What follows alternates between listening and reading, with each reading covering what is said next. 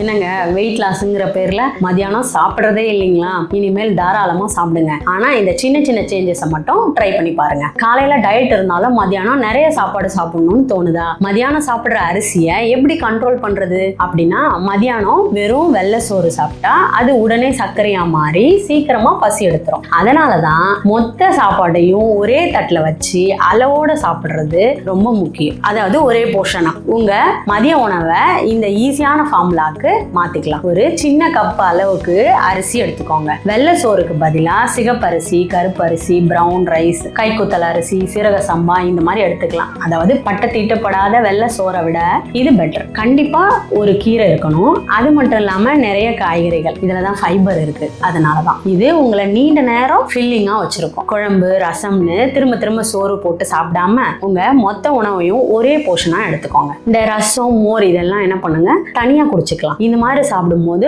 உங்க வயிறுக்கு முழு சத்தும் கிடைச்சிரும். தேவையில்லாம நீங்க பட்னி போட வேண்டாம். உங்க வயிற்ற தேவைக்கு அதிகமா கார்போஹைட்ரேட்டும் போகாது. வெயிட் லாஸ் ஆட்டோமேட்டிக்கா நடக்கும். வெயிட் லாஸுக்கு நைட் டின்னர் அடுத்த வீடியோல சொல்றேன்.